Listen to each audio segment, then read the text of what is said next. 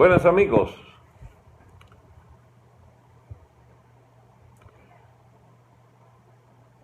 amigos, Jonathan, Jacob, Adriana, Alamán, Nelson, Edwin, tercero, Dios mío, va rápido esto, Adriana, Emirage, Falótico, buenas tardes Adriana, Venital USA, hola, saluda bien. Mira amigos, todos los días se aprende un poquito. Yo no puedo saludarlos muchos al inicio porque ayer inventé, por ejemplo, guardar un silencio. Pero entonces al pasar a YouTube, que me lo pasa un amigo, todo el programa y se formaliza pues en YouTube para su difusión por medios distintos, que entre paréntesis son más que los del propio Periscope cuando los envío a video. Entonces hay el problema de que ese largo inicio de saludos, etcétera, la gente no, digamos, no es que les moleste, pero sencillamente es preferible empezar de una vez y bueno, en algún momento puedo saludarles más adelante y responder preguntas, etcétera. Considérense muy bienvenidos todos, incluyendo los amigos de Rayo Shelo que pudieran estar acá. Y vamos de inmediato entonces a las consideraciones sobre la actualidad. Más quemante, más actual, más, valga redundancia, de mayor protagonismo, que es por supuesto la nueva situación política preinsurreccional del país. Amigos, no se engañen. Lo que ocurrió el 1 de septiembre es una movilización de tal nivel de rechazo al gobierno que solo a ingenuos de 7 suelas, a cínicos o a politiqueros sin oficio puede ocurrírsele creer que aquello era un apoyo irrestricto a los que la convocaron. Debe haber mucha gente incluso que fue porque lo convocó estos amigos de la MUD. Muchos otros fueron sencillamente porque es la única convocatoria que hay en Venezuela desde hace años. Y también, seamos estrictamente sinceros, porque las convocatorias de los que nos llamamos resistencia no tienen un cariz, digamos, de pertenencia al status quo legal del país que ofrece, digamos, la oportunidad al gobierno de o agarrarnos a la gente presa o maltratarlos y además de infiltrarlos, porque efectivamente algunos representantes de esta política del gobierno tienen de tratar de generar algún conflicto para facilitar la represión. Esa es una discusión muy vieja, mi amigo, no se molesten porque es más, no es el mismo enfoque del señor Caprile, eso de los infiltrados. Es una vieja práctica de todos los gobiernos del planeta Tierra a lo largo de 2 siglos, desde que se hace la política de masas o de llevar a la confrontación del pueblo contra sus gobernantes. Ahí en la figura del provocateur, los franceses hablaban del provocateur y aún se les llama así el provocador. El provocador es un grupo o persona que tienen por interés incitar de tal manera la violación de espacios o el cariz irracional o insurreccional o insurgente de cualquier escenario para entonces facilitarle al gobierno la tarea de justificar la represión. Incluso hay grandes hechos históricos que han comenzado por provocadores. Miren, la Revolución Rusa de 1905. La Revolución Rusa fueron 3 grandes episodios. La Revolución de 1905 en San Petersburgo, o Petrogrado, como también se le llamaba.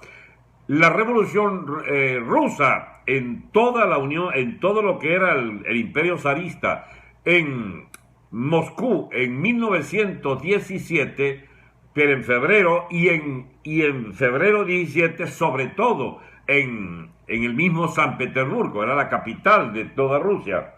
Y bien, luego, el octubre del mismo año, hubo una revolución a los 8 meses. Bien, De esas tres revoluciones, la primera, la de 1905, había un provocador de la Okrama, de la policía zarista, que incitó a una manifestación desde el barrio Vivor, a manifestar hacia el centro con retratos del zar. Y la consigna era pan, padrecito zar.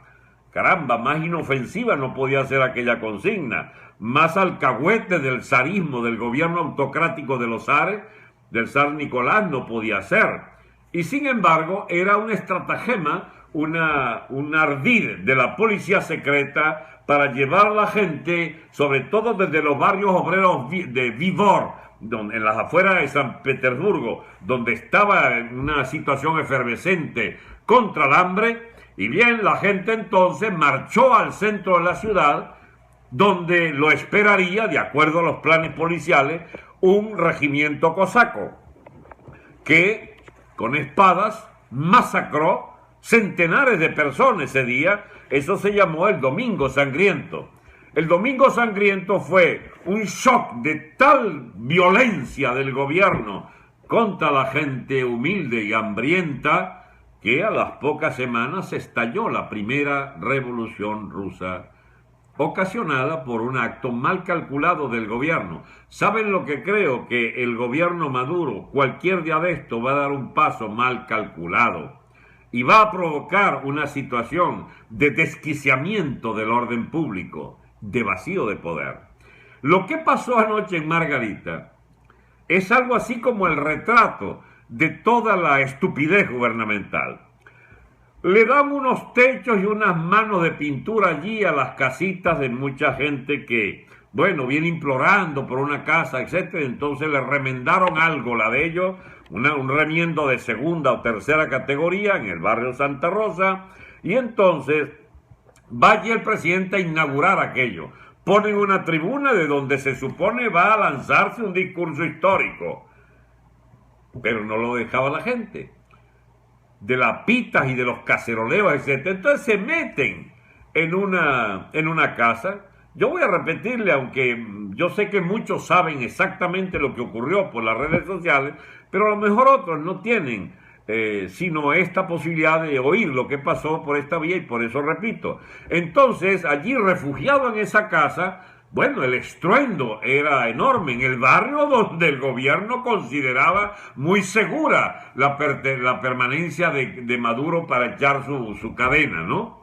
Resultado, al rato abandona la casa y el estruendo de las cacerolas a lo largo de la... Entonces resuelve bajarse, y ante los gritos de la gente mentándole la madre, llamándolo de todo y diciendo que se fuera, que no lo querían, entonces él se baja impetuosamente de la camioneta y empieza a decir que sí lo quiere. La gente me quiere, mi pueblo me quiere. Bueno, solo prueba esto: el señor está loco de bola. Para un presidente hacer ese tipo de manifestaciones de espontaneidad tan, digamos, irresponsable, se necesita estar chalado ya. Y entonces, ¿qué ocasiona? Bueno, el desborde de la casa militar. Y un desborde de la casa militar, ¿en qué ha podido terminar? En que ese señor lo lincharan anoche en Margarita. Gracias a que este pueblo sigue siendo, a pesar de las iniquidades que comete este piazo de loco malandro en la presidencia, todavía no se animan a colgarlo. Mire, Mussolini terminó así, con las patas para arriba, colgado, pero con la cabeza para abajo, y lo laceraban con toda clase y lo golpeaban con toda clase de objetos, después de haber sido il duce durante 23 años, 23, 24 años. Caramba, tanto o más que el propio rey de Italia, era el duce, el conductor, el dueño de Italia, donde había habido una revolución social. Lo de revolución, pónganlo entre paréntesis, o sea, una transformación social muy grande. La Italia bajo Mussolini, no se hagan la idea de que fue una Italia atrasada y, digamos, de pobreza. No, como toda gran dictadura, fueron realizadores de enormes obras públicas, de vialidad, de disciplina. Los trenes llegaban a la hora. Mussolini era un ejemplo de generar industria y de generar trabajo. El sueño italiano volvía a ser grande, como en la época en que la unificó toda la península Garibaldi, y entonces se animan incluso a aventuras coloniales, y fue allá a Abisinia, a Etiopía, y allá donde estaba Asmara, en el Cuerno de África, que era colonia italiana, y se animan entonces también a capturar Tripolitana, o sea, lo que es Libia, lo que es el norte allí del norte del Sahara, pues lo que es Libia y Marruecos y Argelia.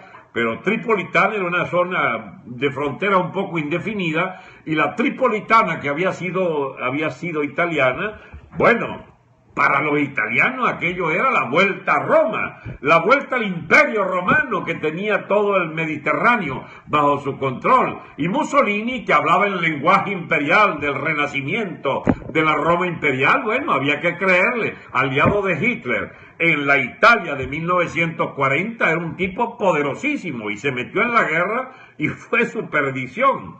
Porque, bueno, Italia además fue escogida por los aliados, y particularmente para el desembarco de tropas norteamericanas en el año 43 en Sicilia. Se pierde Italia, los asideros del gobierno lo van desalojando, él se va refugiando hacia el norte, el Consejo Central Fascista lo liquida, y el Consejo Central Fascista pone un gobierno provisional, algo así como los que imaginan la MUT, ¿no? Para remendar un poco la caída de aquella dictadura fascista de Mussolini, y él entonces funda lo que se llamó la República de Salò, es decir, bajo protección de las tropas alemanas que, digamos, ocupan esa parte de Italia. Entonces le fundan su republiqueta de pacotilla al señor Mussolini. Bueno, en Salò, una pequeña ciudad del norte de Italia, terminó colgado por el pescuezo, siendo el hombre más importante de Italia durante 23 años.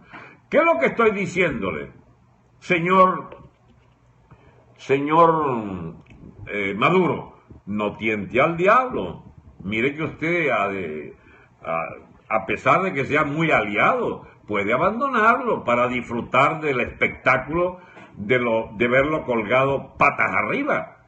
Porque es que definitivamente su entorno, y particularmente la bicharraca esta, la arpía de primera dama, no le ha dicho: mira, Nicolás, hay que irse, chico, porque esto se acabó. Esto se acabó. Hay una rara ambigüedad en los mensajes de nuestros amigos de la oposición, que insisten en que Maduro tiene el 20%. Eso es falso. Maduro no llega al 3-4%. Caldera tenía el 7% en el segundo o tercer año de gobierno.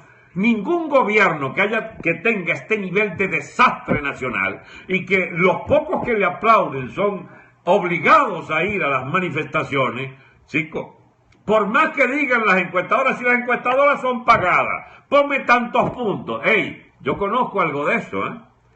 Los puntos tienen hasta su precio, mis amigos. ¿Sabían ustedes eso? Ponme tantos puntos y ganas tanto. Y entonces, mira, está subiendo la encuesta. Entonces la gente paga, entonces sube la encuesta. ¿Usted no ha de creer que la gente que seguía por encuesta termina prisionero de las encuestas?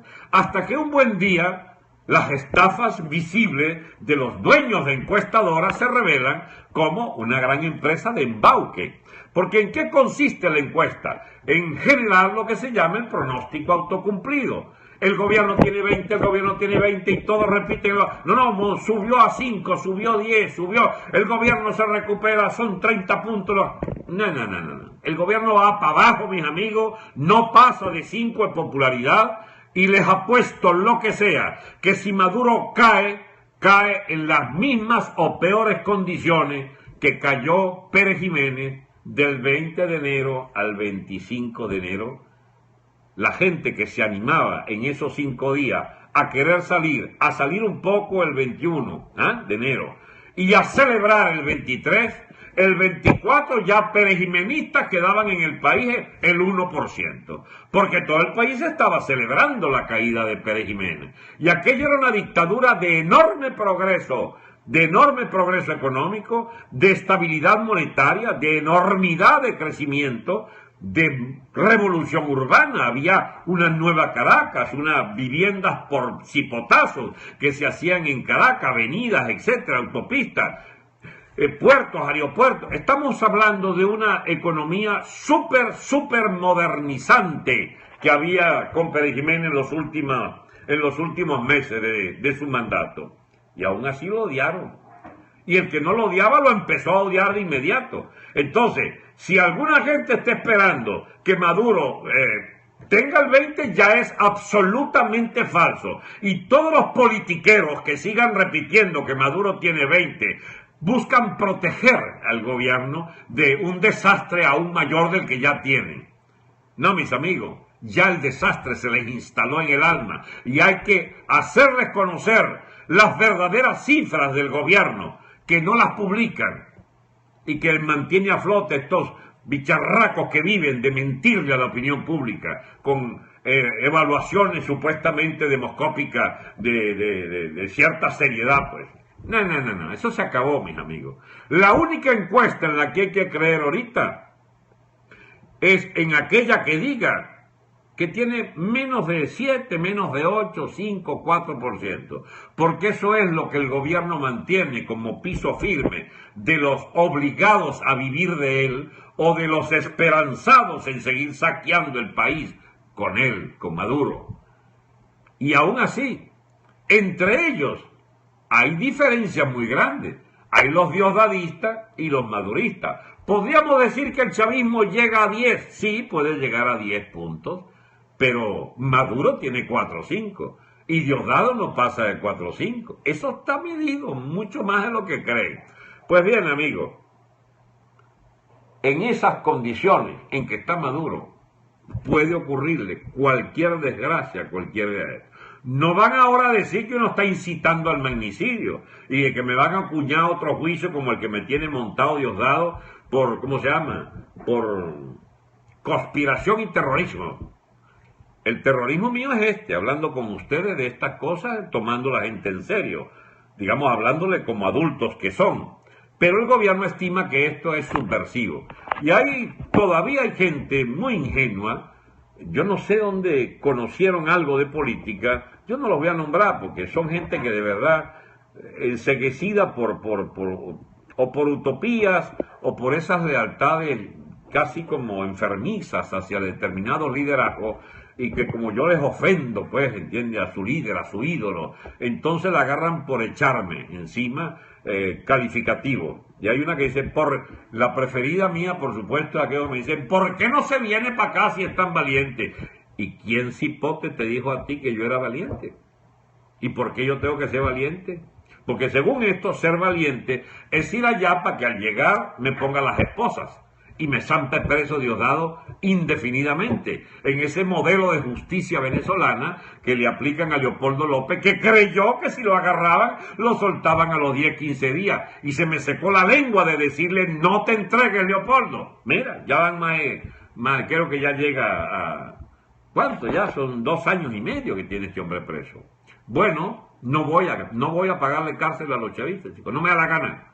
No quiero penar y hacer sufrir también a mi familia, porque sencillamente se ensañan contra ti en esas mazmorras, chicos, del desastre nacional que significa caer en manos de la muerte directamente. No, yo no quiero morir, no quiero pagarle cárcel a Maduro, fíjense ustedes. Ah, no, pues usted puede entrar clandestino, sí, pendejo, para andar de escondido todos los días con los nervios de punta. A una persona de edad tú no la puedes sostener todos los días.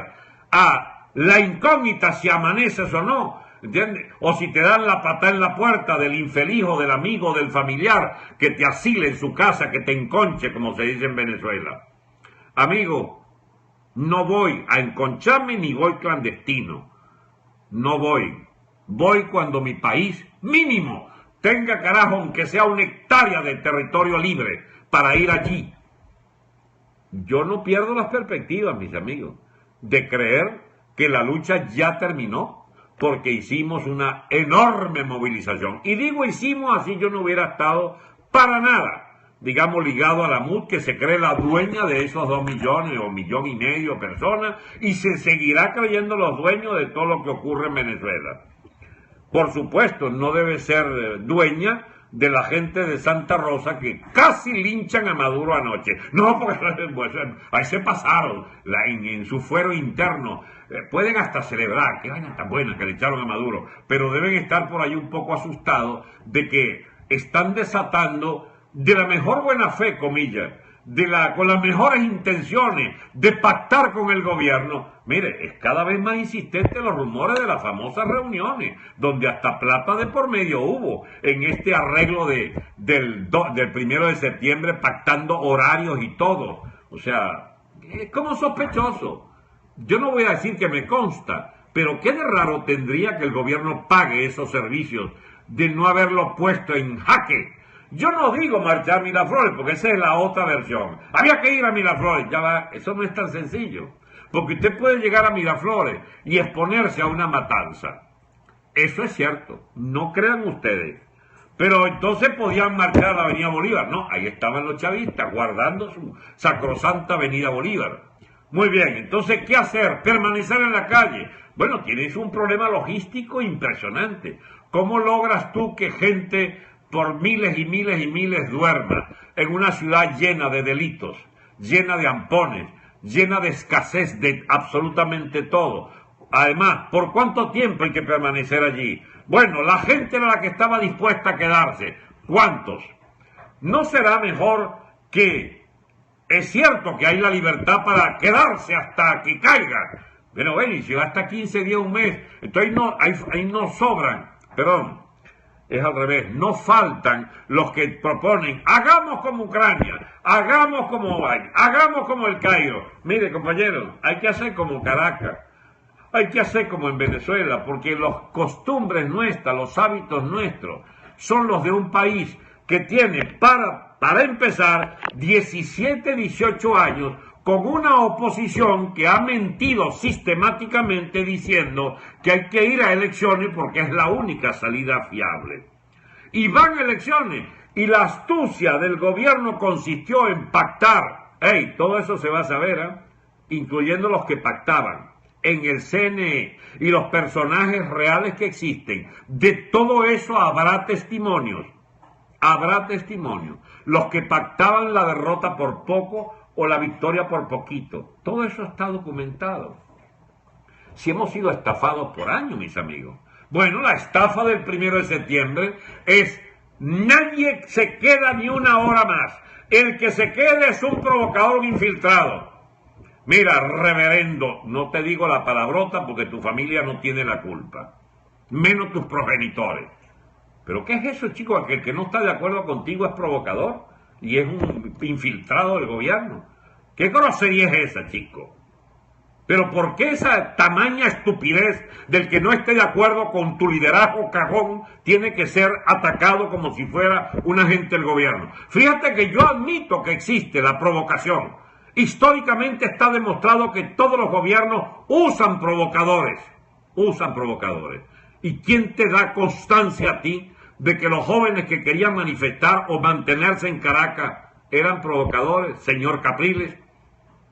¿Por qué no te enjuagas la boca, chico, antes de hablar del movimiento estudiantil que pagó con decenas de muertos, las cobardías de ustedes precisamente, que fueron allá a jalarle mecate al gobierno en Miraflores, cuando precisamente la gente estaba peleando en sus barricadas? ¿Por qué no te enjuagas la boca primero antes de verter cualquier calificativo sobre lo mejor que ha parido Venezuela en décadas y décadas? Cuidado si en siglo y medio, que es una generación joven dispuesta a quitarse de encima esta mavita de gobierno. Porque es que hay cuentas pendientes con ustedes, señores de la dirección opositora blandengue. Y allí, una vez más, lo repito para que no se me equivoque nadie, no todos son iguales. Hay varios tipos de blandengue, hay varios tipos de liderazgo político, y el más inmerecido de todos es ese señor Capriles, Y entonces mucha gente cree que es que yo la tengo cogida con el muchacho. No, es que es el más pernicioso de todos, del partido más pernicioso que es el PJ, de los que han pactado con el gobierno día a día durante 16 años, señores. ¿No es suficiente ya? Cuando AD levanta sus banderas de reconstrucción histórica, yo recuerdo las tradiciones de AD, puede tener toda clase de defectos, entre ellos la de administrar una especie de clientela dormida que aspira a volver a ser una gran clientela partidista. Yo no comparto esa visión porque hay que adecuar la economía del país a la bendita vida de las clientelas en un estado rentista. Y eso tiene que terminarse porque eso sencillamente se hizo inviable.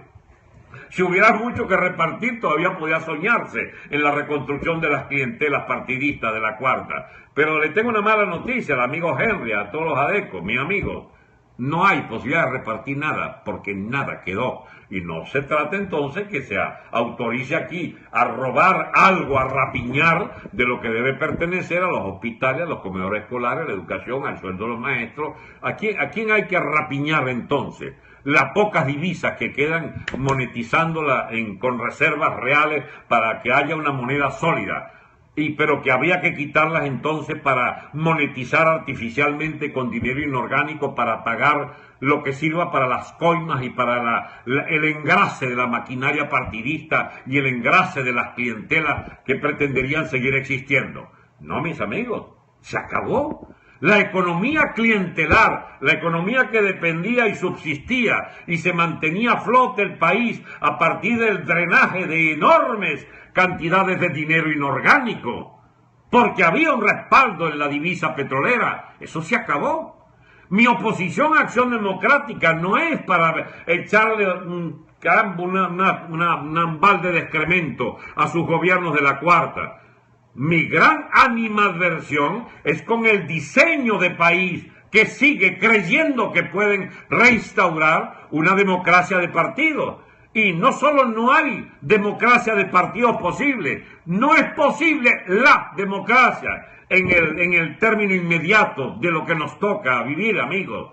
O habrá que reinventar el término, porque si esta porquería la llamaron democracia, entonces podemos llamar también democracia a un periodo de dura aplicación de la ley que ponga orden en el país, digamos, reviente al AMPA y sobre todo reviente la corrupción para que el pueblo pueda volver a confiar en su sistema político. Amigos, no es viable las clientelas partidistas. Entonces, Acción Democrática, que tiene la voz más cantante ahora, mucho más que lo que Capriles cree, y eso se refleja en la política que representa Henry, hay muy poca diferencia entre lo que dice Henry y lo que yo digo. Por ejemplo, los insulta todos los días, con una diferencia. En lo clave, él guarda la forma. Empezó guardando la forma, señor presidente Maduro, queremos que usted quede aquí, es su poder. No, ya te pagaron, Henry, de la peor manera, no sirvió. Tu diplomacia no sirvió. No te volvió al Congreso ni te va a volver. Es más, quiere disolver tu asamblea, por comodidad la llamo tu asamblea. No va. Esa política, Henry, ya tú sabes que no va. El tipo quiere hasta ilegalizar los partidos. Va a empezar por ilegalizar la MUD para evitar que recojan firmas, para evitar que puedan asomarse a la hipótesis de un referéndum revocatorio. De hecho, está maltratando a Voluntad Popular para no maltratarlos a ustedes, porque sabe que tienen más dolientes, y a la pobre Voluntad Popular la cargan de marcasaco, como dicen en el campo. Pues bien, no me gusta es el cierre que hace el señor Henry Ramos. ¿Y cuál es ese cierre? Solo por salidas institucionales, electorales, pacíficas, constitucionales. Bueno, muy bien, si fueran posibles, gente, pero no son posibles. No son posibles. Este gobierno no se entrega así como tú crees que se va a entregar. Es que tú tampoco crees, pero disimula. Eso no se hace, Henry, fíjate tú. Eso no se hace.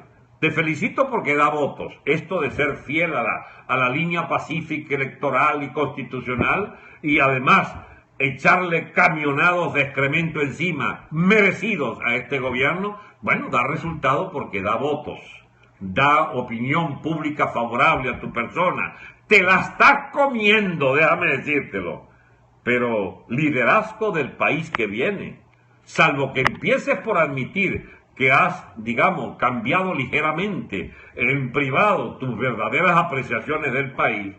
No, chicos, si todos sabemos, por ejemplo, que el periodista Poleo, que es un adeco de toda la vida, fanático de tu dirección, y cuando vienes a Miami te entrevistas mucho con Poleo, Poleo tiene un defecto, que dice lo que tú no dices. Para efecto de tu política, quiero decir. Para nosotros es un mérito. Por fin podemos descubrir lo que hay detrás. Ya me pudieras decir, pero ¿por qué vas a agarrarla contra mí por la vía de Poleo? Porque Poleo dice lo que ustedes no dicen. El gran artífice de lo que viene es Padrino. No sé si peleó ya con Padrino esta semana. Bueno, chicos, tenemos ya 6 meses, casi, no, 9 meses y campaña de Poleo por ¿cómo se llama? Por Padrino López, chico, y por el hombre de la transición. O sea, para el señor Poleo, y lo digo fraternalmente, yo no quiero ni tener líos con el señor Poleo, él es periodista y tiene su libertad de expresión y yo la mía. Y él está exilado y yo también. Entonces podemos entendernos entre desterrados.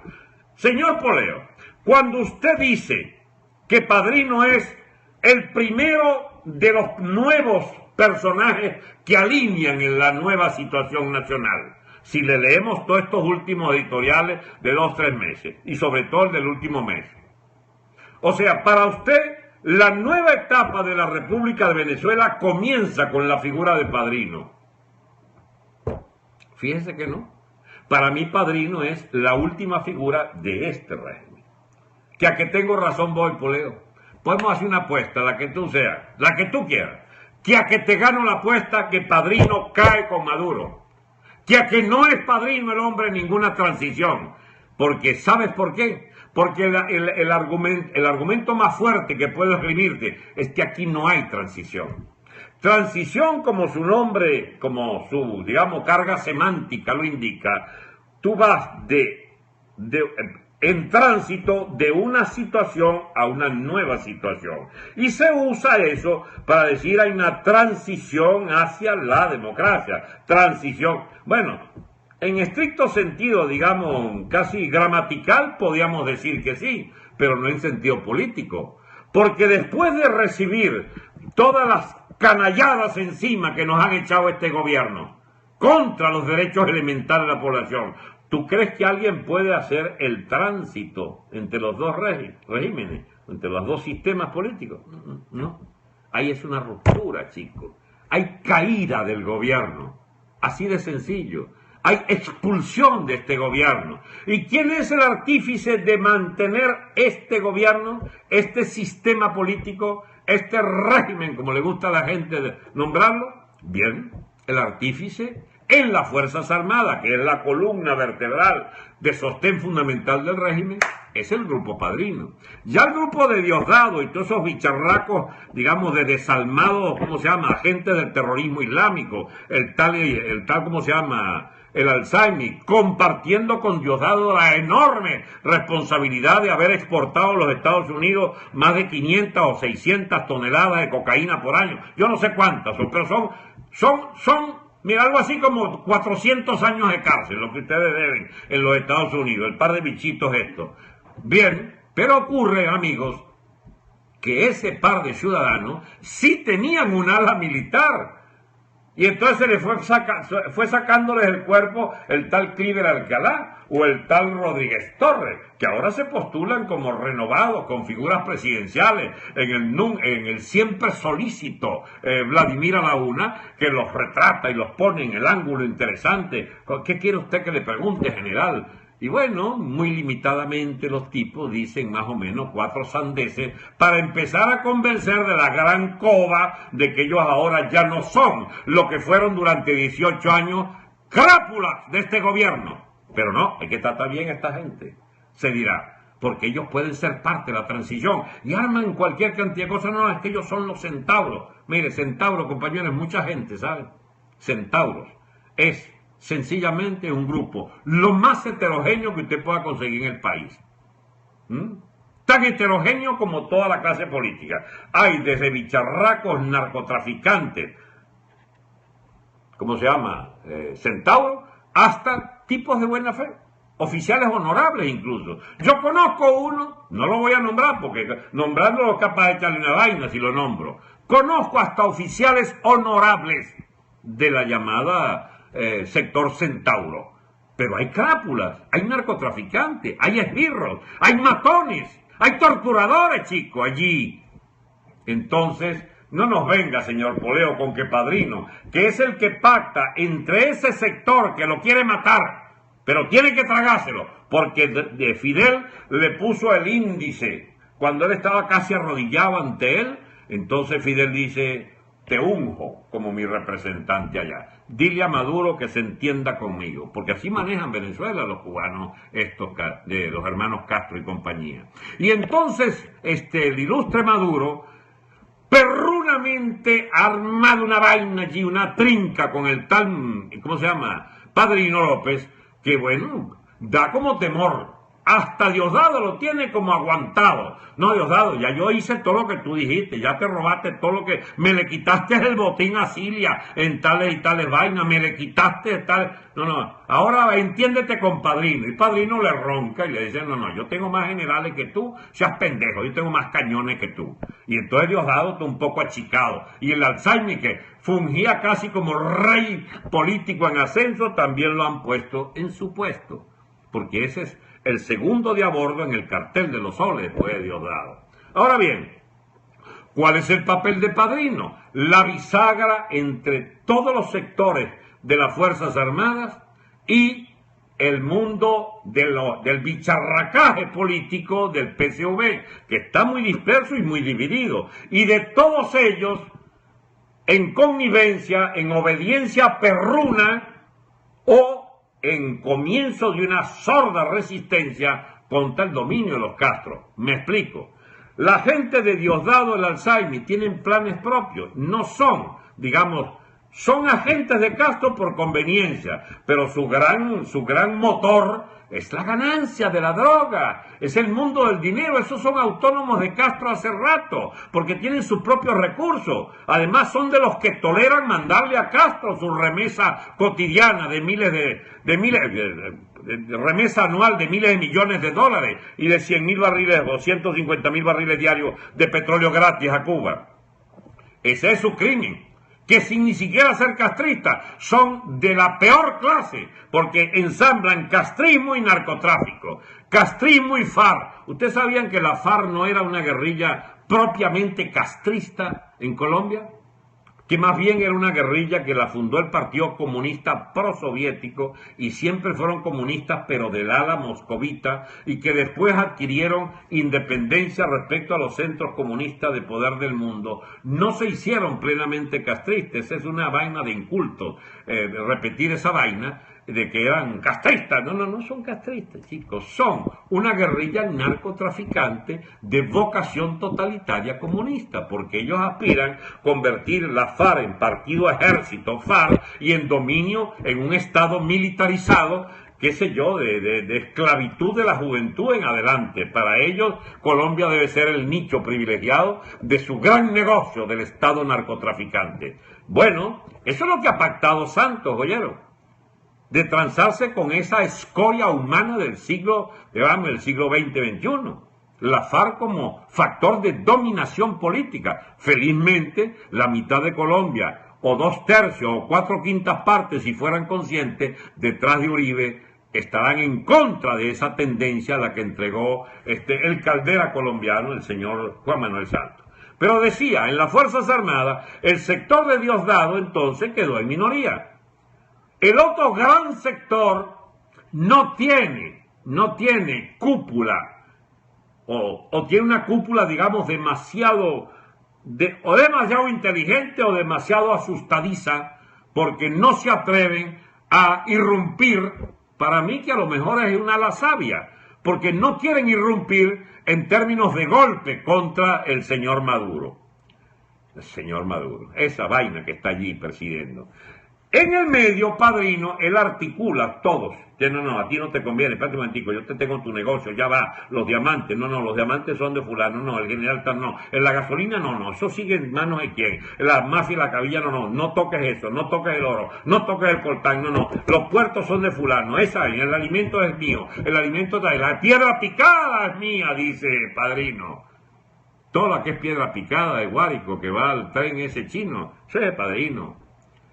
Y no sé, la verdad que no me consta, parece que la mujer y la hermana están metidas en el narcotráfico hasta las orejas. En todo caso, el señor Padrino es el hombre que articula las Fuerzas Armadas. Una Fuerza Armada que tiene solo 3 alternativas. Seguir como está, hundiéndose con Maduro. Devolverse a la política de Diosdado, que es la guerra civil desde un golpe izquierdista, pero no es izquierdista. En realidad es fascismo puro, de la peor especie, apoyado en palestinos armados, en sirios armados, en iraníes armados, en FARC armados, en LL, o sea, sería una vaina, un bochinche de grupos armados, y Maduro firmando con Siria la vaina, para ver qué les toca de la ruina de eso que quede allí como un estado gendarme de la peste roja venezolana. Padrino en el medio, tratando de ver qué administra. Y el otro sector, mis amigos, es el sector que no es decisivo por ahora, pero puede ser en 48 horas. Es la gran base de la pirámide militar. Imagínense la pirámide, de la mitad y un poco más arriba, hacia abajo. El gobierno no tiene nada, tiene solo odio contra ellos. Ajá, pero ¿cómo la controlan? Bueno, porque la jerarquía de generales, coroneles, tenientes coroneles, que están liados, que están articulados con las corruptelas del poder y del narcotráfico y de las posiciones del castrismo, colocando su gente. Cada 5 de julio es un laborioso, esquema de controles, de redes, de vaina, etcétera. Logran, que por vía disciplinaria mantienen entonces, presos a la inmensa mayoría de la base de la pirámide de oficiales. Pero esa base de pirámide oficiales, que es nuestras Fuerzas Armadas, que son las Fuerzas Armadas que queremos a partir de ello reconstruir lo que sigue hacia arriba de comacates, es decir, de por arriba de comandantes, capitanes, mayores y tenientes, los tenientes coroneles, es decir, comandante, mayores, capitanes y tenientes, comacates. Por encima de esos comacates, muchos coroneles. También, ¿por qué no? Hay muchos coroneles que no son del bandidaje y hay incluso generales. Me cuesta imaginarlo, porque cuando llegan a general es que ya los han premiado por su docilidad absoluta. Por lo menos en esta etapa era de docilidad a la destrucción nacional en estos últimos 3-4 años, con Maduro y la agonía de Chávez. Y entonces esta cúpula es de tipo especial, porque es una cúpula directamente ligada al marranaje de robar a manos llenas lo que fuera. Bueno, felicitaciones, se han hecho ricos y el país se perdió en manos de ustedes, señores de la cúpula militar. Ahora hay más de 1000 generales, ¿cómo la ven ustedes y almirantes? Más de 1000. Carajo, no puede haber 200 o 300 buenos tipos, o que, estaban ahí como manteniéndose, a favor de la corriente, haciendo años, como muchos oficiales en la Fuerza Armada, que haciendo años y cerrando la boca, llegan arriba. Bueno, puede ser entonces, ¿cómo se llama? Una oficialidad alta que no tiene ni siquiera dolientes. Más doliente soy yo de muchos de esos generales que los propios militares de coronel para abajo, porque dicho sea de paso, aunque si los vemos por mezquinos, lo que más le interesa a un coronel es que saquen a los generales, para ese el general, y sería hasta lógico pensar que se imaginan ese tipo de relevo. Bueno, tengan cuidado, amigos generales, comillas, porque si no hay el suficiente número que se porte muy bien para este lado, darían el exquisito chance de poner los altos mandos, todos, de coroneles, para que vuelen automáticamente todos los generales. Pero como nos interesan algunos generales honorables, que sí los hay, y queremos que se reintegren como efectivos a las Fuerzas Armadas, entonces hay que dejar generales, no podemos decapitarlos todos porque hay que escoger un núcleo de generales preparados y de solvencia ética y moral para que nos ayuden a reconstruir las Fuerzas Armadas. Bien, amigos, esas capas amplias de la base de la oficialidad, que es la verdadera columna vertebral, no del gobierno, sino del Estado venezolano, esa amplia base de la pirámide militar, tiene al general Raúl Isaías Baduel como el símbolo del modelo de general que ellos aspiran conservar en las Fuerzas Armadas y que dirija esas Fuerzas Armadas. A mí Baduel no me ha pedido que diga esto. Yo no tengo el gusto de conocer personalmente al señor Baduel. Supe que oía los materiales que yo producía y que concordaba con algunas ideas fundamentales y muchas otras, él tiene sus propias ideas. El problema aquí no es aparecer ahora como el baduelista, pero yo quiero decirle a alguien, los militares me han convencido de que es la figura que se necesita, y voy a explicarle por qué. La figura que se necesita para articular las Fuerzas Armadas es alguien que tenga los equilibrios internos que le permitan no administrar justicia antojadiza y que permita impunidades, digamos, vulgares, pero sí que tenga la sindéresis para decirle a X, tales generales, cientos de generales, cientos de coroneles, decenas y decenas de mayores y hasta de tenientes, se van de aquí. Se van porque la Fuerza Armada va a entrar en choque con todo lo que ustedes representan.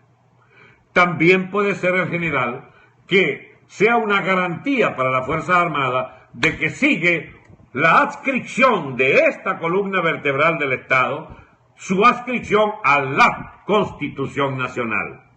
Deberían pensarlo mejor los amigos de la MUD, tan fanáticos que son de la Constitución, porque no hay general más partidario o mejor exponente de la lealtad a la Constitución que el señor general mayor, general en jefe Raúl Isaías Baduel. ¿Quieren que les recuerde que ustedes deben su puesto a Isaías Baduel, como se lo debió Chávez, que es lo que no le perdonan sectores, digamos, fanáticos de la clase media? ¡Ese fue el que devolvió a Chávez!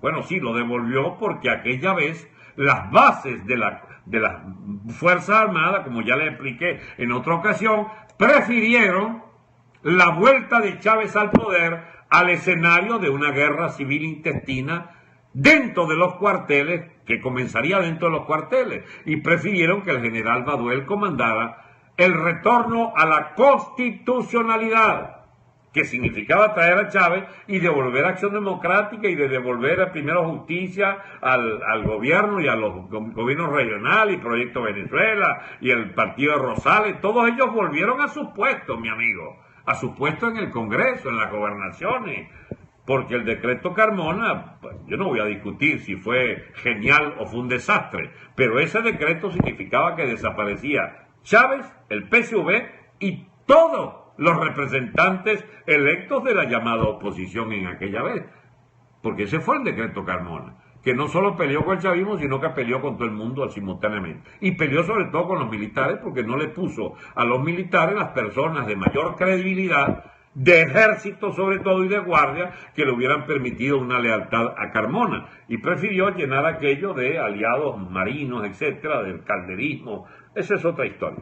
En definitiva, decía, Baduel es la garantía para todas las Fuerzas Armadas de que se rige por la Constitución Nacional al momento en que apela a la oficialidad militar para que desconozca un gobierno que sale de la Constitución.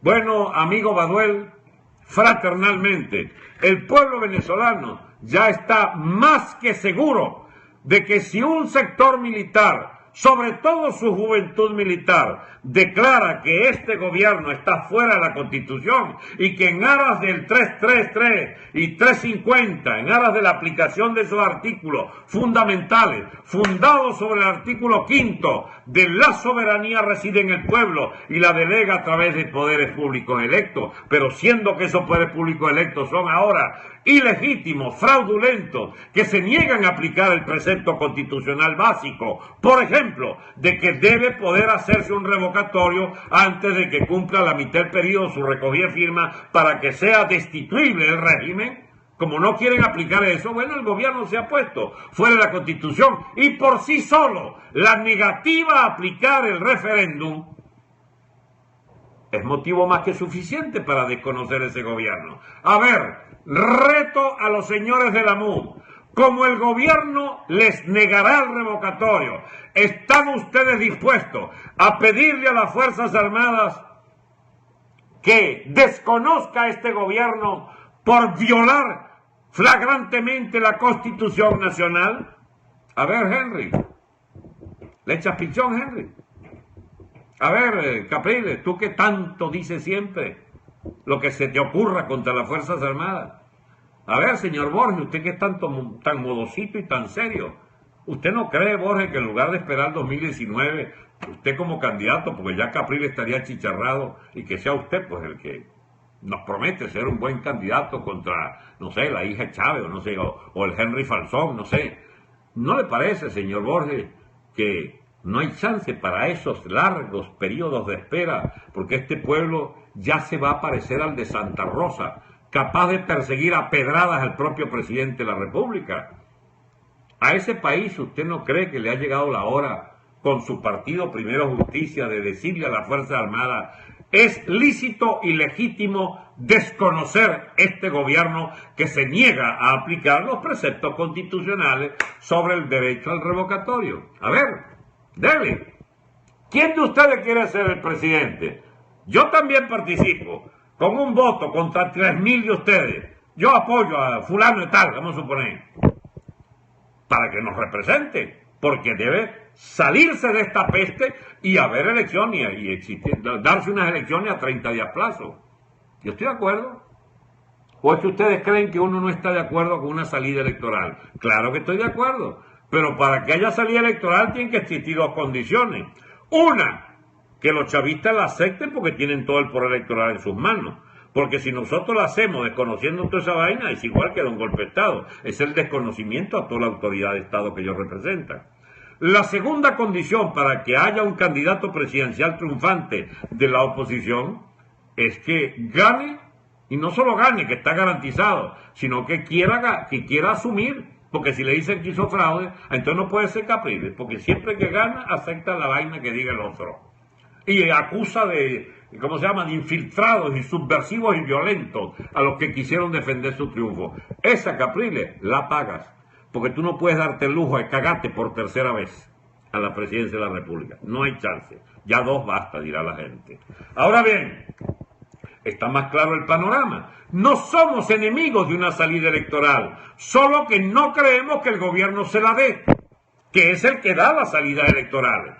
¿Qué van a hacer ustedes? ¿Van a exigir entonces el revocatorio, sí o no, respaldado con las Fuerzas Armadas? Porque eso deberían hacerlo, que se aplique la Constitución. Al negarse el gobierno, es lícito entonces. Pregúntenle a la gente, ¿está usted dispuesto a apoyar una insurgencia militar contra este gobierno de hambreadores? No le pongan título en nada. ¿Está usted dispuesto a apoyar un desconocimiento militar a este gobierno? ¿Sí o no? Carajo, 95% estaría a favor. Por supuesto, ustedes no van a votar por eso, por aquellas viejas, digamos, ¿cómo se llama?, reticencias, prejuicios, etcétera, contra las Fuerzas Armadas, nacidas todas o de mezquindades o de algo mucho más primario, la ignorancia. Es que ustedes creen que este país puede vivir sin Fuerzas Armadas, porque al límite se trata de discutir eso. Es que las Fuerzas Armadas no se necesitan. Mira, piazo de ignorante, ¿cómo crees tú que puedes dirigir un país disoluto, desordenado, con una AMPA masiva que sobrepasa los 100.000 infractores, asesinos, prevaricadores de todo tipo, malandros de todo tipo? Este país debe estar por el 500.000 de delincuentes abiertos, chicos, y otro 500.000 encubiertos. Entonces, ¿cómo vas a hacer? ¿Vas a constituir un nuevo ejército? Bueno, suponte que quieras un nuevo ejército. un ejército de incorruptibles, como aquellos Ironside de Cromwell, que eran presbiterianos, no sé, o anabaptistas, una secta protestante, los Ironside, que bueno, le dieron al pueblo inglés mediante el terror y la hoguera la posibilidad, chicos, de instituir los límites, digamos, a la monarquía para hacerla constitucional. Y fundó la más añeja democracia del mundo, que es la democracia inglesa, porque ahí se respetan los derechos del Parlamento desde la época de Cromwell, del Lord Protector Cromwell. Y bien, ¿dónde están en esa secta, digamos, de honorables y prístinos ciudadanos, a toda prueba de corruptelas, a toda prueba de tentaciones, no pecadores? Tiene que ser una secta especial para fundar un nuevo ejército que lleve este país a la virtud, a la decencia y a la exquisitez de la más democrática de las existencias de la existencia más exquisita de una constitución vigente, algo así como el siglo de oro de Pericles, que dicho sea de paso fue un tirano y no como lo han planteado en los libros de historia, que era el siglo de oro de Pericles porque fue el que funda la democracia. Algo diferente la historia. Pericles fue dictador. Bueno, yo también soy partidario de dictaduras de la ley. Incluso creo que Venezuela haría muy mal en elegir un gobierno que lo tumben cada mes. Necesitamos un gobierno fuerte. Y Villarrosa ya nos señala el camino que puede tener este país en los próximos meses en medio de una tronera de anarquía. Yo les había prometido, amigos, que hoy discutiríamos algo sobre las opciones de Venezuela ante la eventualidad de las elecciones norteamericanas. Lamento, no es que no pueda hacerlo, sino que yo quisiera que tuviéramos previamente de acuerdo en este tema de que les digo, sinceramente, iba a hacerlo y no lo voy a poder hacer hoy, porque para mí lo principal era sacar el balance de que una vez que se manifestaron el 1 de septiembre, con la mayor amplitud de apertura a la ley, de apertura a las buenas costumbres, de apertura al pacifismo, el país real es el de Villarrosa. Ese es el país real que está a punto de pasar a una situación abiertamente insurreccional. Lo de Villarrosa, por suerte, no se constituyó anoche en una explosión general de la isla de Margarita, buscando al presidente donde estuviera, porque no hay organización para eso, esa es la verdad. Son todas estallidos espontáneos. Hay algo que hice hoy, que me van a perdonar haberlo hecho, que es, yo no leí nada de lo que ustedes digan, y les voy a decir la verdad, que no me contente mucho que participen, pero sinceramente, mis amigos, ¿saben cosa difícil? Creer que uno está diciendo cosas que sintonicen con los que están escribiendo. Los que están escribiendo vienen es para participar ellos con sus propias ideas. Pues. Nada que ver muchas veces con lo que estoy diciendo. Es más, a veces pero algo así como el intento de que se hable de otra cosa, de lo que a ellos les interesa. Bueno, muy bien, es el derecho. Yo pudiera poner la modalidad esa sin comentarios. Pero no, a mí no me molesta que los letreros pasen allí y que mucha gente se expresa. Yo los leo después, a menos que no hagamos otra cosa que es leer y ver entonces qué es lo que ustedes quieren hablar. Porque lo que quieren muchos hablar es que yo me faje en función de la idea que tienen hoy sobre el tema. Y amigos, sinceramente es muy difícil. Yo no puedo con tanta gente, con tanta opinión, porque ya la mía me parece complicado defenderla, no porque no pueda defenderla, sino que tengo que argumentar para desniveles de información y desniveles de formación política muy, muy fuertes, esos desniveles. Y entonces tengo que hacer un esfuerzo permanente. Si yo me pongo a decir, ¿y qué pasó? ¿Y qué pasó? ¿Entienden? En base a, digamos, a lo que ustedes van diciendo, esto es de todos menos una intervención que pueda resolver algunas de las principales dudas teóricas.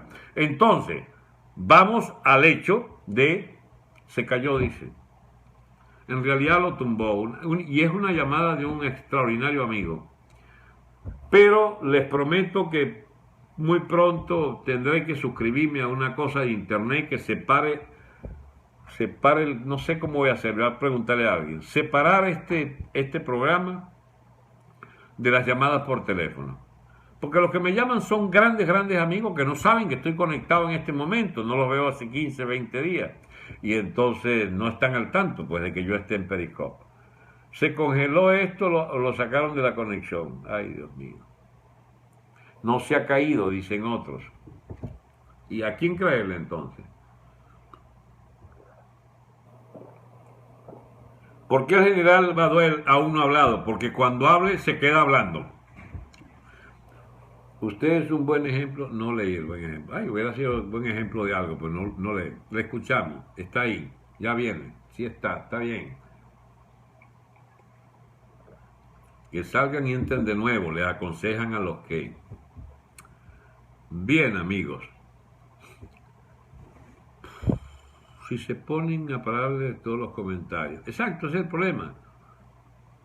Si estamos con los comentarios, estamos con los comentarios. Entonces yo les propongo hacer una parte. No, esto es agua potable, mi amigo. Marca Nestlé. Esta cuña es gratis.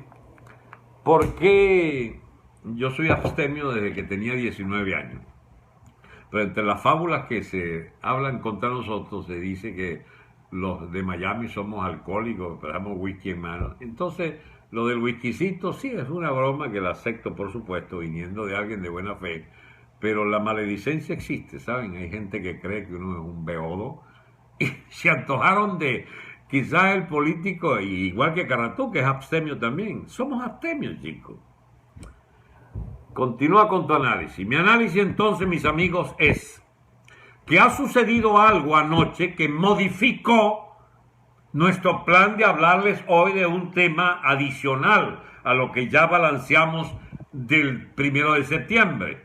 Y es que lo de anoche señala a carta cabal, fíjense ustedes, aunque sea de un pequeño sector urbano de Margarita, aunque sea de una pequeña muestra, nosotros dijimos desde el 1 de septiembre se abre una fase preinsurreccional o directamente insurreccional. Es decir, si es viable, por ejemplo, un paro general. Si la MUD convoca un paro general porque quiere de verdad imponer el revocatorio, yo le participo que no solo va a obtener el revocatorio, sino que les va a caer el poder en las manos. Asúmanlo, les va a decir el pueblo. A ver, ¿por qué no se animan, señores de la MUD? Se me secó la lengua de plantearlo antes del 1, porque yo estaba convencido que antes del 1 de septiembre habían sobradas condiciones para un paro general. Ahora por fin ellos empiezan a pensar, van a lanzar algo muy parecido, que es la toma de toda Venezuela. Van a ir a una línea de provocaciones, quieranlo o no, es provocación, se van a los CNE. Bueno, mis amigos, el gobierno va a estimar que ustedes son subversivos. Bueno, los felicito. ¿Quieren ir a los CNE? Acompañémoslo al CNE. A mí ustedes no me van a ver en una posición sectaria y tonta de maldecir la MUD y de decirle a los millones de personas que quieren una dirección que aquí estamos nosotros para decir lo opuesto siempre. ¿No? ¿Y por qué? ¿Por qué?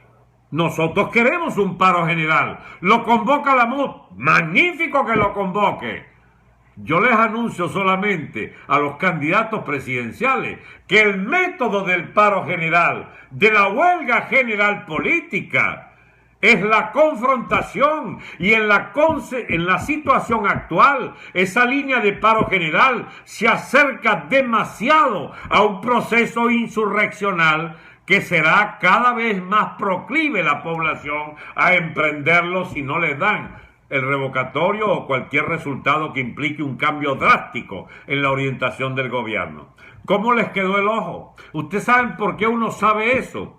Porque en todas las crisis de todos los países, desde hace 2 siglos que uno las estudia, desde la Revolución Francesa para acá, 2 siglos y medio, o 2 siglos 20 años para ser exacto, siempre es la misma conducta. ¿Y ustedes saben cuáles son la primera fase de todas las convulsiones y de todas las revoluciones sociales y de todas las revoluciones políticas? La primera fase siempre es la dirección gallina. ¿Cómo les quedó el ojo? La Revolución Francesa, vayan y la vean. Los tres estados reunidos, el estado de la nobleza, el clero y el tercer estado. El tercer estado desconoce a los otros dos estados y queda la burguesía y el pueblo de París, sobre todo comerciantes y vendedores ambulantes, lo que fuera, quedan dueños del poder político. ¿Y el poder político quién lo elige? ¿Quién se elige? El partido de la montaña. Y luego, ¿quiénes van? Los jacobinos, y hay jacobinos de derecha y jacobinos de izquierda. Y más allá de los jacobinos, la llamada conspiración de Segot, de Babeuf. La conspiración de Iguales, la conspiración de Babeuf es comunista. En 1893, y se pillan a la monarquía, chico, y a la María Antonieta. La famosa frase aquella que parece que no es cierto, pero ya se quedó históricamente así, que le dijeron que la gente estaba así iracunda y tomaba la Bastilla y todo porque no había pan. Y entonces ella dice, bueno, pero ¿por qué no comen tortas? Y bueno, el pueblo de París fue hasta el terror robesperiano. ¿Y saben qué pasa después del terror de Robespierre? Es decir, de la extrema línea revolucionaria.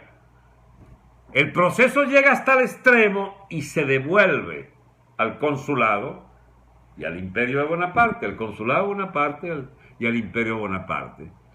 Y a la restauración después que eliminan a Bonaparte.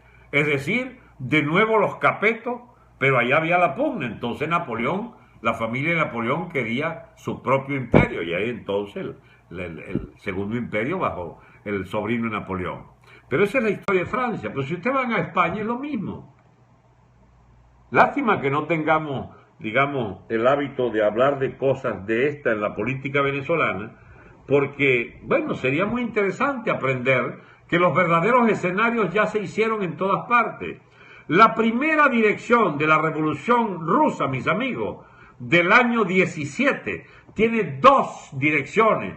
La dirección de los soviets, que era el ala revolucionaria, obrera, campesina y de soldados, que los bolcheviques animan como minoría, pero los soviets no son la dirección del gobierno. El primer gobierno es del príncipe Vov, de Miliukov, del Partido Constitucionalista Demócrata, de derecha prosarista, y de los SR, de los socialistas revolucionarios, de Kerensky, el partido del campesinado, más o menos de clase media para la época, y el campesinado pobre también. Y bien, en octubre, todo el poder a los soviets, que es la línea de Lenin, lleva a la dirección de los soviets, desde el movimiento obrero al partido bolchevique. Y en octubre dicen todo el poder a los soviets. Y le echan afuera todas las direcciones capituladoras. ¿Oíste, Kerensky, Capriles, Kerensky, Ramos Ayub? A ver, constitucionalista demócrata, señor, ¿cómo se llama? Borges. Bueno, felizmente no hay un partido bolchevique, porque ya el espacio de los bolcheviques, en la peor deformación posible, en la peor mugre que ha conocido Venezuela, lo encarnó el señor Chávez como partido supuestamente heredero de las revoluciones del marxismo, del comunismo y del castrismo. El escenario es otro. Estamos hablando de una contrarrevolución si es que ustedes fueron una revolución. Pero si ustedes no fueron una revolución, sino una impostura fascista, como es mi sospecha, lo que viene, habiéndose agotado históricamente en Venezuela el ciclo del izquierdismo, que lo comenzó el MIR el 9 de abril de 1960, y que lo heredó. Me mandan a bajar la voz en mi casa, no sé, algún vecino escandalizado. Un día voy a alquilar un sitio para yo hablar en el tono que quiera con ustedes. ¿Les parece bien? Ok. Porque los vecinos son así, ¿entiendes? No les gusta que uno hable en voz alta. Bien, se los digo entonces repitiendo, pues después de la interrupción. A ver, Venezuela no vivió una revolución. Venezuela vivió un interregno de un gobierno fascista, supuestamente de izquierda, que cierra el ciclo histórico con Maduro y Diosdado de las ideas izquierdistas que tienen su punto estelar de inicio con la fundación del MIR, que ya venía con los inicios marxistas de Acción Democrática, que dejó de serlo, y que tuvo en el Partido Comunista en la clandestinidad, que era un partido ruso, un partido de espías soviéticos aquí, de los estalinistas venezolanos, acompañó primero inicialmente las guerrillas de los años 60 y luego el acomodamiento al régimen democrático bajo la égida de Pekov y del MAS, al que se disciplinó toda la izquierda lambucia de las universidades autónomas, muy clientelares, muy de alumnos repitientes, viviendo de las becas y toda esa vaina. Entonces que por fin se consiguen al redentor de la izquierda, un teniente coronel aventurero que osciló entre las posiciones fascistas de Ceresole y el izquierdismo tardío o el izquierdismo malhadado del señor Fidel Castro, y lo abrazó como ideal pues de esta joven oficialidad a la que dirigía por motivos incluso hasta fascistas, o sea, de extrema derecha, pero que terminó transmutándose hacia el izquierdismo. Lo vemos asaltando el poder, no pudo, lo vemos reinsistiendo con la alcahuetería de todos los izquierdistas de lo que se llamó el chiripero, que tenía pues un gran agente en la gran élite venezolana, que era el señor Caldera, que entonces le facilita, le pone una alfombra roja hacia el poder en las elecciones de 1998. Desde el año 98, pero que había ganado 5 años antes como heredero del golpe del 92, porque Caldera gana las elecciones bajo la consigna, aunque no la dijo, ¿cómo no hacer un golpe con miseria, con pobreza? La democracia es incompatible con la miseria, lo cual es muy cierto, ¿saben? Pero eso no te autorizaba, señor Caldera, aunque esté muerto, con respeto te lo digo, a que tú favorecieras la peor salida de Venezuela y que llevaras a una élite muy acomodaticia a la convicción de que era mejor Chávez, porque los adecos y los copellanos, y montaron el adefesio de la Quinta República, bajo el Santos de Venezuela. ¿Quién? El Caldera, que ahora está en Colombia, en la figura de Juan Manuel Santos, siempre buscando cómo destruir la República. La República se perdió en manos de Adeco Pey y Caldera. Y entonces montaron este parapeto. Pues bien, ese gobierno izquierdista, ¿a dónde iba? A lo de que la contrarrevolución sería el lenguaje cómodo para contra esta revolución izquierdista. Pero no es tan sencillo, porque se trata de una revolución. Se trata, amigos, de que hay un cambio drástico de la estructura social que fue pulverizada por esta economía estatista, que es típicamente izquierdista y fascista también, porque los fascistas y los izquierdistas, leninistas y estalinistas y castristas y maoístas se daban la mano en eso de eliminar la propiedad privada, eliminar el comercio, eliminar la propiedad privada de la tierra, eliminar la libertad de opinión, eliminar los periódicos, eliminar todo. Ellos son los dueños como partido único. En Venezuela no hubo el partido único, pero casi lo tuvo. No hubo toda la economía estatista, pero casi la montan. Porque todo aquí fue un remedio de revolución, fue, digamos, un invento del señor Chávez y de Castro, que era senil pero no pendejo, porque él quería capitalismo en Venezuela que subsidiara con muchas divisas petroleras capitalistas su economía de esclavitud y de penurias de Cuba. Y lo logró.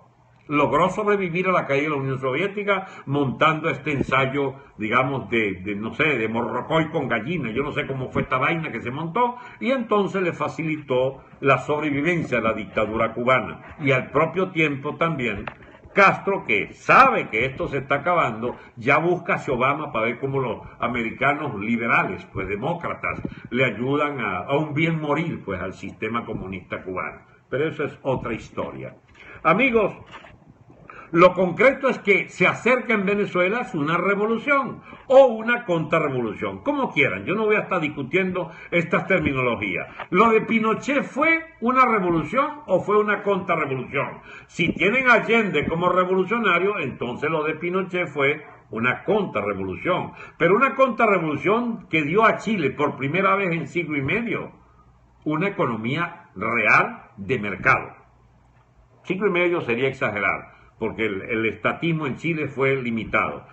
O sea, se volvió a los mejores tiempos liberales de la economía chilena y generó un estatuto político de partidos, etcétera, que permite entonces pensar a Chile en términos de lo más democrático que puede hacerse un país de habla hispana en Latinoamérica. Vamos a quedarnos hasta allí para no entrar en profundidad. Ese cambio de régimen en Chile fue una revolución política. Ya tú ves, ese es un término que nos permitiría salir de esto. Venezuela necesita una revolución política.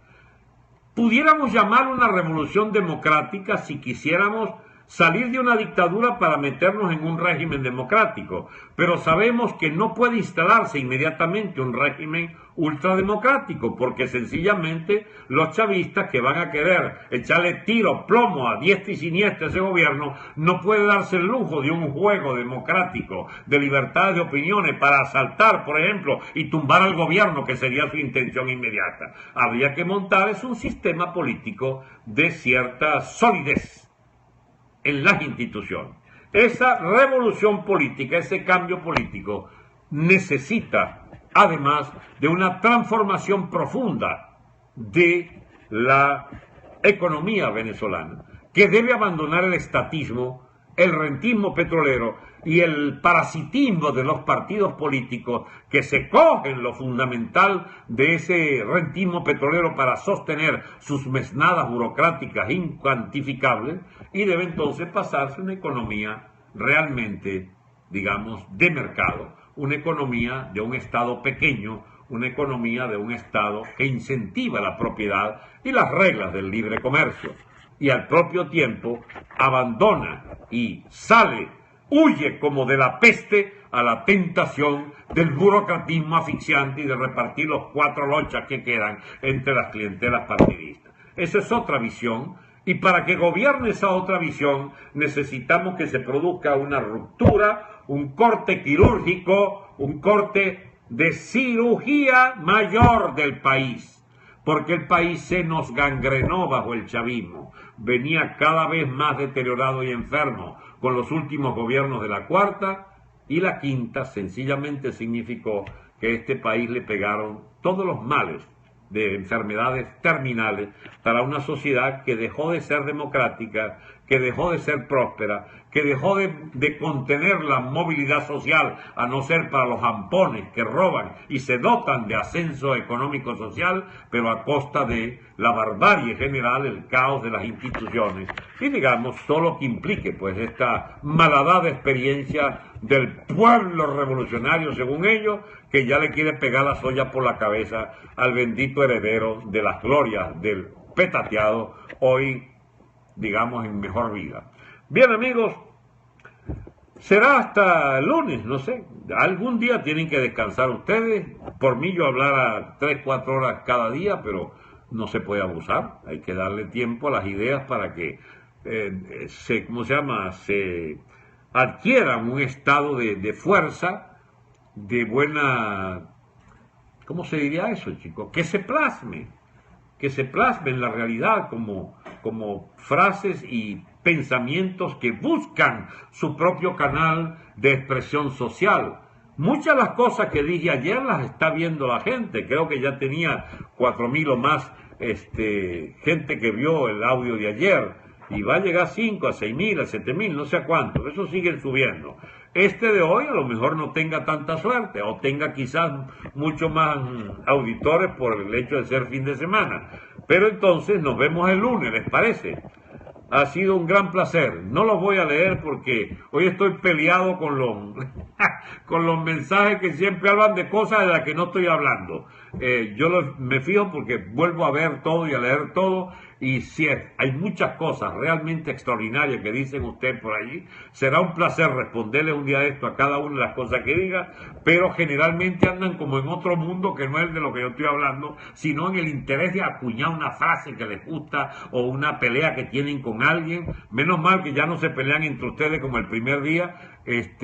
No voy a nombrarlo hasta hora y pico. Muchas gracias, hasta pronto. Cambio y fuera.